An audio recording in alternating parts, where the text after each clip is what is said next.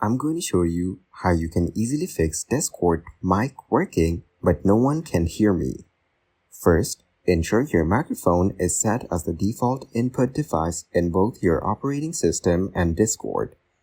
In Discord, go to User Settings and Voice and Video and select the correct microphone under Input Device.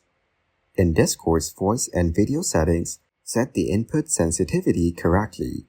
You can either set it to automatic or manually adjust the sensitivity slider. On Windows, go to Control Panel and Hardware and Sound, then Sound. Then go to the Recording tab. Select your microphone, click Properties, go to the Advanced tab, and uncheck Allow applications to take exclusive control of this device.